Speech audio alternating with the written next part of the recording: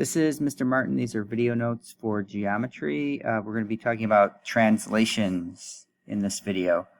We've been talking about transformations in general. So transformation is the large overarching concept, and then translations is a type of transformation. So we're going to talk about rigid transformations. We also call them an isometry. So this is a transformation that is congruent. So when I say congruent, I say exactly the same size and shape. So a transformation that is congruent to the original. Okay, so we could also say that the parent is congruent. Okay, don't get confused with the vocabulary. Congruent really is just our equal for geometry. And then this is the symbol that we'll use. So this is a little preview. It's an equal sign with a squiggle on top. That's congruent. Parent is congruent to child. Remember, the parent is the original one and the child is the new one. So that's a rigid transformation. A non-rigid transformation, or a dilation, you could see this eye is smaller, the second eye is smaller than the other one. So this is a transformation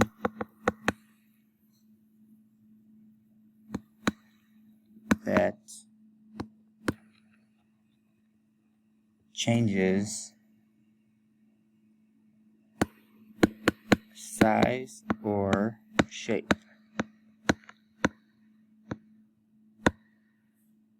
So we have these two types of transformations. Most of the time we're going to be talking about rigid transformations, where the new figure, the child, is congruent to the original figure, the parent. Sometimes we'll talk about dilations. Now, a particular type of rigid transformation, a transformation that doesn't change the size or shape, is called a translation.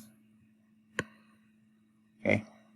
And when we're talking about translations on a coordinate grid, we talk about the ordered pair rule. So we're going to take all of our x, y values, and we're going to either add or subtract something to each x value, and then we're going to add or subtract something to each y value. Okay, so this is our original point.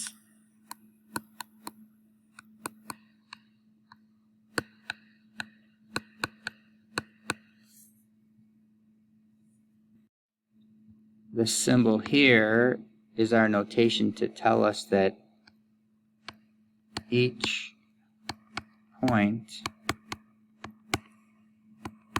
is going to change,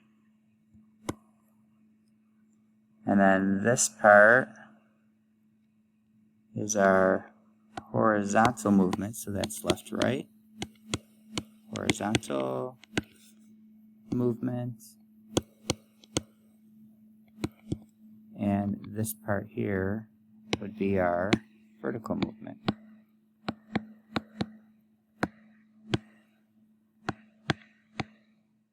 Okay, so this is our ordered pair rule for translation. So let's take a look at a couple examples. Remember, if you have questions, make sure you pause the video and get your questions answered. And then anything that we don't complete together in the video, you're going to want to go ahead and do that on your own. Okay, so for part A, we are given the translation rule in words. So they're telling us what to do. They're not giving us it as an ordered pair rule. We'll look at an example like that in a minute. but they're telling us what to do. So we want to move each point 6 units to the right and 4 units down. So let's start with F. I'm going to move F. I'm going to go 1, 2, 3, 4, 5, 6. So that's 6 units to the right. And then we're going to go 4 units down. 1, 2, 3, 4. And this is going to be F prime. Okay, then I'm going to do the same thing with each of the other points. So let's do E. 1, 2, 3, 4, 5, 6. And then down 1, 2, 3, 4. So there's E prime. And then N. 1, 2, 3, 4, 5, 6, and 1, 2, 3, 4. And there's N prime. And then we'll just connect the dots here. And you can see we've translated triangle EFN over to this new space. Okay, so why don't you go ahead and pause the video and try part B on your own, and then when you start up again you'll see the solution and you compare your solution with my solution. Okay, so over here in red you can see here's my translated figure of polygon VYKA. Notice I put the prime notation for the letters. Make sure you don't forget to do that. And then this is our new figure. So I moved every point over to the left 1, 2, 3, 4, and then up 2, 1, 2. Alright, let's move on. We want to describe the transformation below. So we're going to do this in words and we're going to use the ordered pair rule. So really all we need to do is pick one point. So let's use X and X prime because all the other points should have the same translation. Okay? So we can see that it's moved to the left and it's moved down. Okay, so it's moved to the left 1, 2, 3. So left 3 and then down 1. Okay, so this is written in words. Now if we want to write it in an ordered pair rule, we start out with X, Y. Okay, so each of the original X, Y values become, and then how do we get the new ones? Well, left 3 is minus 3, so we take all the original X's and subtract 3. And then we take all the original Y's and go down 1, so that's minus 1. And this is our ordered pair rule. Okay? Alright, let's take a look at part D. Now, if you notice, here we have triangle ABC on the left, and here we have triangle A prime, B prime, C prime on the right. And it's very clear that the size and the shape changed. Okay, so this is not going to be a translation. So describing the transformation, we cannot describe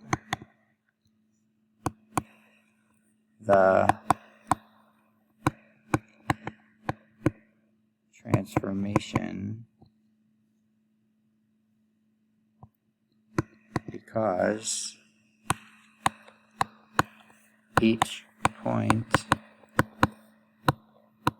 was not moved the same amount.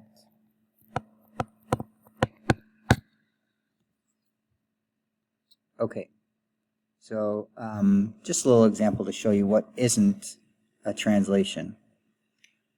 Okay, so we have a few more examples here, and what I want you to do is I want you to go ahead and try those on your own, and as you're working on those, if you need help, get some help. So you have E, F, G, and H, and then make sure you do the recap it. If you want to try the challenge, go ahead and try that. And that will be it for these notes, and then you can go ahead and turn them in. Again, make sure you reach out and get some help anytime you need it, and we'll see you next time.